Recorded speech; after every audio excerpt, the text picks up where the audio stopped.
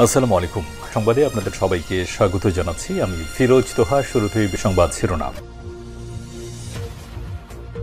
জানিয়ে দেব এই মুহূর্তে হাতে পাওয়া সর্বশেষ গুরুত্বপূর্ণ আপডেট। বাংলা সংবাদ শুরুতেই থাকছে, ট্রাইব্যুনালে জামায়াতে নেতাদের বিচার সম্পূর্ণ সাজানো ও মিথ্যা ছিল।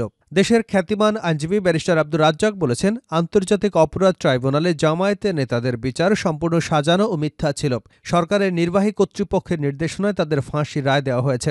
ন্যায় বিচারের স্বার্থে এর পুনর্বিচার হওয়া উচিত, যাতে স্বজনরা জানতে পারেন যে তাদের পিতা, ভাই বা আত্মীয় নিরপরাধ ছিলেন। এবারে জানাবো, ছাত্রলীগ নেতাকে পুলিশে ধরিয়ে দিল ছাত্রদল। নিষিদ্ধ ঘোষিত সংগঠন বগুড়ার ধনুট পৌর ছাত্রলীগের সাবেক আহ্বায়ক বিপুল হাসানকে আটক করে মারধরের পর পুলিশে দেওয়া হয়েছে। বুধবার সন্ধ্যায় ছাত্রদলের নেতাকর্মীরা তাকে আটক করেন, পরে মারধর করে সদর থানা পুলিশে দেওয়া হয়। বিষয়টি নিশ্চিত করেছেন ধনুট থানার ওসি সাইদুল আলম। জানাবো, ছাত্র জনতার অর্জিত বিপ্লব নস্যাতের ষড়যন্ত্র চলছে। ঢাকা মহানগর উত্তর যুবদলের আহ্বায়ক শরীফুদ্দিন জুয়েল বলেছেন, ছাত্র জনতার আন্দোলনের অর্জিত বিপ্লব নস্যাতের ষড়যন্ত্র চলছে। আর এই চক্রান্তের সাথে পতিত আওয়ামী শুরু শাসক ছাড়া আরও অনেকে জড়িত। সংস্কারের নাম করে ক্ষমতাকে দীর্ঘস্থায়ী করবার অপচেষ্টা চলছে বলেও অভিযোগ করেন তিনি। এদিকে ঢাকা মাওয়া এক্সপ্রেসওয়েতে সড়ক দুর্ঘটনায় নিহত 4। ঢাকা মাওয়া এক্সপ্রেসওয়েতে পৃথক সড়ক দুর্ঘটনায় 4 জন নিহত হয়েছেন, আহত হয়েছেন আরও 5 জন। এর মধ্যে নিমতলী এলাকায় বৃহস্পতিবার রাত 12টার দিকে একটি দুর্ঘটনা ঘটে, আর সবশেষ শুক্রবার ভোর 4টার দিকে হাঁসড়া এলাকায় আরেকটি দুর্ঘটনা ঘটে। এবারে থাকছে, বেনাপোলে বিজিবির অভিযানে 13 লাখ টাকার চোরাই পণ্য জব্দ। বেনাপোল সীমান্তে পৃথক অভিযান চালিয়ে বিপুল পরিমাণ ভারতীয় শাড়ি, থ্রি পিস, তৈরি পোশাক, কম্বল, কসমেটিক্স সামগ্রী ও ফ্যান্সিডিল জব্দ করেছে বর্ডার গার্ড বাংলাদেশ। বৃহস্পতিবার রাতে অভিযান চালিয়ে এসব পণ্য জব্দ করে বিজিবি সূত্রে জানা গেছে, গোপন খবরে Benapole BOP, 5 Birtala BOP, আমরাখালী checkpost এলাকা এবং বেনাপোল সীমান্ত এলাকায় চোরাচালান বিরোধী পৃথক অভিযান চালায়। অভিযানে চোরাই পথে আনা বিপুল পরিমাণ ভারতীয় শাড়ি, থ্রি পিস তৈরির পোশাক, কম্বল, কসমেটিক সামগ্রী, ফেন্সিডিল জব্দ করা হয়। তবে এ সময় কাউকে আটক করা যায়নি। এবং সর্বশেষ জানাবো, বাংলাদেশে পাচারের জন্য ভারতে ত্রিপুরায় গাঁজার চাষ। দেশের পূর্বাঞ্চল সীমান্ত পথে ভারত থেকে বাংলাদেশে গাঁজা পাচার বেড়েছে। বিশেষ করে ব্রাহ্মণবাড়িয়া জেলা সহ বৃহত্তর কুমিল্লার বিভিন্ন সীমান্ত পথে দেদারসে ভারতের ত্রিপুরা থেকে দেশে আসছে গাঁজা। 2024 সালে বিপুল পরিমাণ গাঁজা সহ 150 কোটি টাকার ভারতীয় অবৈধ চোরাই পণ্য উদ্ধার করেছে 60 বিজিবি সদস্যরা।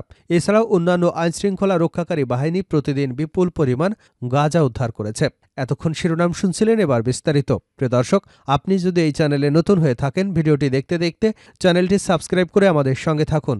আর এই ভিডিও সম্পর্কে আপনি আপনার মূল্যবান মতামতটি কমেন্ট বক্সে জানিয়ে দিন। আর হ্যাঁ প্রিয় দর্শক, জানিয়ে দিন ভিডিওটি কোথা থেকে দেখছেন। ট্রাইব্যুনালে জামায়াতে নেতাদের বিচার সম্পূর্ণ সাজানো ও মিথ্যা ছিল। দেশের খ্যাতিমান আইনজীবী ব্যারিস্টার আব্দুর রাজ্জাক বলেছেন, আন্তর্জাতিক অপরাধ ট্রাইব্যুনালে জামায়াতে নেতাদের বিচার সম্পূর্ণ সাজানো ও মিথ্যা ছিল। সরকারের নির্বাহী কর্তৃপক্ষের নির্দেশনায় তাদের ফাঁসির রায় দেওয়া হয়েছে। ন্যায় বিচারের স্বার্থে এর পুনর্বিচার হওয়া উচিত, যাতে স্বজনরা জানতে পারে যে তাদের পিতা, ভাই বা আত্মীয় নিরপরাধ ছিলেন। এছাড়া ব্যারিস্টার রাজ্জাক মনে করেন, আন্তর্জাতিক অপরাধ ট্রাইব্যুনালে শেখ হাসিনার অপরাধের বিচার স্বচ্ছভাবেই সম্ভব। দেশের আইনেই স্বচ্ছভাবে এই বিচার হলে সেটি আন্তর্জাতিকভাবে গ্রহণীয় হবে। দীর্ঘদিন প্রবাসে থাকার পর ব্যারিস্টার আব্দুর রাজ্জাক কয়েকদিন আগে দেশে ফিরেন। আব্দুর রাজ্জাকের কাছে প্রশ্ন করা হয়, প্রায় 11 বছর সময় কাটিয়েছেন দেশের বাইরে, দেশে ফিরে প্রথম কি লক্ষ্য নিয়ে কাজ শুরু করতে চান? এর জবাবে তিনি বলেন, দেখুন, আমি 2013 সালে মাত্র 2 সপ্তাহের জন্য লন্ডনে গিয়েছিলাম। তখন কাদের মোল্লার ফাঁসি হয়েছিল। হাইকোর্ট, সুপ্রিম কোর্ট বন্ধ, বিরোধী দল নির্বাচন বয়কট করল, আমাকে সবকিছু থেকে বঞ্চিত করে দিল। তখন আমি লন্ডনে গিয়ে কিছু কূটনৈতিক কাজ করলাম, প্রশান্ত মহাসাগরের এপার ওপারে গেলাম, আমেরিকা, কানাডা, ইংল্যান্ড সহ আরও নানা দেশে ঘুরে বেড়ালাম। 5 বছর পর আমি আমার আইনি পেশায় ঢুকে গেলাম। সেখানে আমার পেশাগত কাজ করে মনে এক ধরনের প্রশান্তি পেলাম। কি কারণে সেটা পরে বলবো। কার্যত আমি শেখ হাসিনার বিরুদ্ধে একটা ছায়া যুদ্ধ শুরু করলাম। আমি বিএনপির কেসগুলো নিয়ে লড়াই শুরু করলাম, জামায়াতের কেসগুলো নিয়ে লড়লাম। সেখানে 60% মামলায় আমি জিতেছি। আমি এই মামলাগুলোকে শেখ হাসিনার বিরুদ্ধে একটা লড়াই হিসেবে দেখেছি। লন্ডনের কোর্টগুলো আমাকে সাপোর্ট করত। আমি জামায়াতে নাবে আমির একেএম নাজির আহমেদের ছেলে রাজনৈতিক আশ্রয় সংক্রান্ত মামলার কৌশলে ছিলাম। সেখানে আইনি লড়াইয়ে র্যাবকে জার্মানির গেস্টাপোর সাথে তুলনা করলাম। লন্ডনের কোর্ট এই যুক্তি গ্রহণ করল। বাংলাদেশ হলে হয়তোবা আমাকে সুপ্রিম কোর্ট থেকে উঠিয়ে নিয়ে যেত। সুতরাং 11 বছর আমি আমার পেশা দিয়ে প্রবাসে লড়াই করেছি। আমার সন্তুষ্টির জায়গা এটাই। গত 15 বছর দেশে যদি সুষ্ঠু আইন শাসন প্রতিষ্ঠিত থাকত, আদালত প্রকৃতভাবে স্বাধীন থাকত, তাহলে জামায়াতের এত বড় বড় নেতাকে ফাঁসি দেওয়া সম্ভব হতো না, বিএনপিকে এত অপদস্থ হতে হতো না, খালেদা জিয়াকে নিয়ে এত। সুতরাং আইনি শাসন এবং স্বাধীন বিচার ব্যবস্থা নিশ্চিত করতে হবে। ছাত্রলীগ নেতাকে পুলিশকে ধরিয়ে দিল ছাত্রদল। নিষিদ্ধ ঘোষিত সংগঠন বগুড়ার ধনুট পৌর ছাত্রলীগের সাবেক আহ্বায়ক বিপুল হাসানকে আটক করে মারধরের পর পুলিশে দেওয়া হয়েছে। সন্ধ্যায় ছাত্রদলের নেতাকর্মীরা তাকে আটক করে, পরে মারধর করে সদর থানা পুলিশের কাছে দেওয়া হয়। বিষয়টি নিশ্চিত করেছে ধনুট থানার ওসি সাইদুল আলম। বৃহস্পতিবার আদালতের মাধ্যমে বগুড়া জেলা কারাগারে পাঠানো হয়েছে। পুলিশ এবং এজাহার সূত্রে জানা যায়, বিপুল হাসান ধনুট পৌর ছাত্রলীগের সাবেক আহ্বায়ক। তিনি ধনুট সদরের পশ্চিম ভরণশাহী গ্রামের মুক্তিযোদ্ধা গোলাম হোসেনের মাস্টারের ছেলে। 2018 সালে ধনুটে বিএনপির মহাসমাবেশে হামলা ও দলীয় কার্যালয়ে ভাঙচুরের ঘটনায় সম্প্রতি তার বিরুদ্ধে 2টি মামলা হয়েছে। এছাড়া বগুড়ার সদর থানায় তার বিরুদ্ধে আরেকটি নাশকতার মামলা হয়েছে। গ্রেপ্তার এড়াতে বিপুল হাসান পলাতক ছিলেন। পরে বুধবার বগুড়ায় শহরে ঘোরাফেরা করবার সময় ছাত্রদলের নেতাকর্মীরা তাকে চিনতে পেরে আটক করে মারধরের পর সদর থানায় সোপর্দ করেন।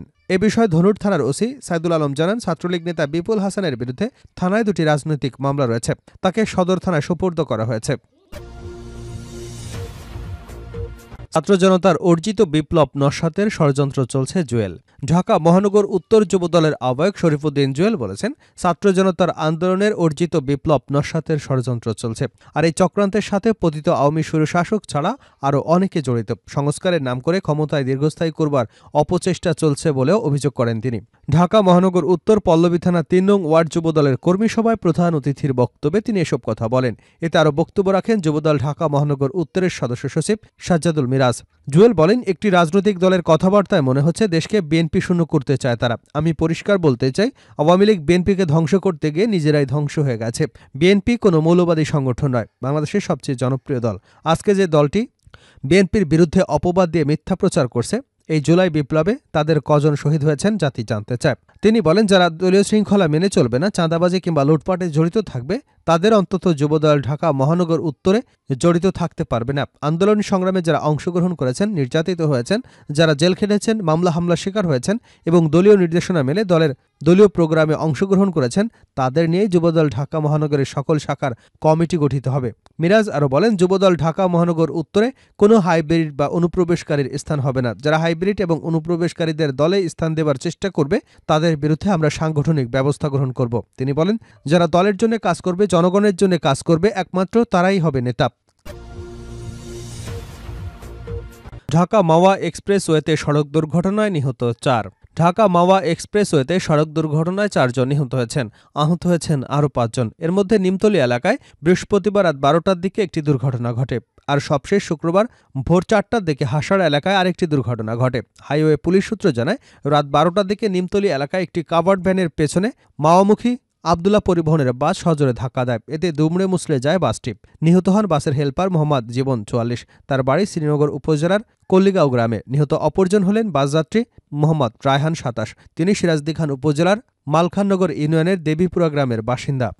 এদিকে ভোরে হাসার এলাকায় অপর দুর্ঘটনায় নিহত হন আরও 2 জন। তাদের পরিচয় নিশ্চিত হওয়া যায়নি, তবে এই 2 ব্যক্তির আনুমানিক বয়স 35 থেকে 25 বছর হবে। শ্রীনগর উপজেলা স্বাস্থ্য কমপ্লেক্সে জরুরি বিভাগের চিকিৎসক ডাক্তার ক্যামিলিয়া সরকার জানান, রাতে 2 জনের মরদেহ হাসপাতালে নিয়ে আসা হয়। ভোরে আরও 2 জন এসেছে। সর্বশেষ জানাবো, বাংলাদেশে পাচারের জন্য ভারতে ত্রিপুরায় গাঁজার চাষ।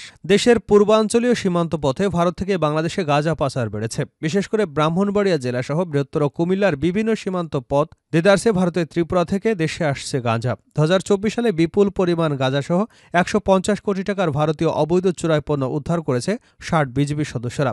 এছাড়াও অন্যান্য আইনশৃঙ্খলা রক্ষাকারী বাহিনী প্রতিদিন বিপুল পরিমাণ গাঁজা উদ্ধার করছে। ত্রিপুরার শত শত একর ভূমিতে চাষ হচ্ছে এসব গাঁজা। 2 দেশের কয়েকটি সিন্ডিকেট এই গাঁজা পাচার নিয়ন্ত্রণ করছে। ত্রিপুরার সংবাদ সংস্থা ও বিভিন্ন সূত্রে প্রাপ্ত তথ্যে এসব জানা গেছে। জাগরণ ত্রিপুরার সংবাদ মাধ্যম প্রকাশিত খবর অনুযায়ী, ত্রিপুরা রাজ্যের গাঁজার চাষ হয় অল্প পুঁজিতে অধিক মুনাফা লাভের আশায়। সেখানকার বাড়ির উঠোনে অথবা বাড়ি সংলগ্ন জমি সর্বত্রই গাঁজার চাষ বেড়ে গেছে। রাতারাতি বিলাসবহুল বাড়ি এবং গাড়ির মালিক হবার লোভে ত্রিপুরার কৃষকরা ফসল চাষের বদলে গাঁজা চাষে বেশি আগ্রহী। ত্রিপুরার গাঁজা চাষ বেআইনি হলেও প্রতিরোধে তেমন ব্যবস্থা গ্রহণ করা হয় না। মাঝে মধ্যে কিছু গাছ ধ্বংস করা হয়। ডিসেম্বর মাসে 3টি জমিতে 1.5 লাখের মতো গাঁজা গাছ ধ্বংস করেছে সেখানকার বিশালগড় যাত্রা ইছাপুর থানা পুলিশ। সীমান্তের সূত্রে জানা গেছে, বাংলাদেশে পাচারের জন্য ত্রিপুরার কৃষকরা গাঁজার চাষ করছে। জানা গেছে, মাদক কারবারিরা এক শ্রেণীর বিএসএফের সহায়তায় বেড়ার উপর দিয়ে গেট দিয়ে কৌশলে বাংলাদেশে গাঁজা নিয়ে আসছে। বাংলাদেশের অভ্যন্তরে প্রবেশের পর রেল এবং সড়ক পথে রাজধানী ঢাকাসহ দেশের বিভিন্ন স্থানে নির্ধারিত মাদকের আস্তানায় চলে যায় সব গাঁজা। সম্প্রতি বিজিবির তৎপরতায় নিয়মিত সীমান্তে গাঁজা ধরা পড়ছে। ব্রাহ্মণবাড়িয়া সুলতান ৬০ বিজিবি ব্যাটালিয়ন অধিনায়ক লেফটেন্যান্ট কর্নেল জাবের বিন জব্বর জানান, আখাউড়া স্থলবন্দর থেকে কুমিল্লা আদর্শ সদর পর্যন্ত তাদের দায়িত্বপূর্ণ সীমান্ত এলাকায় মাদকসহ চোরাচালানের বিরুদ্ধে বিজিবির বিশেষ অভিযান চলছে। ২০২৪ সালে বিপুল পরিমাণ গাঁজাসহ ১৪৭ কোটি টাকার চোরাই পণ্য উদ্ধার করেছে ৬০ বিজিবির সদস্যরা।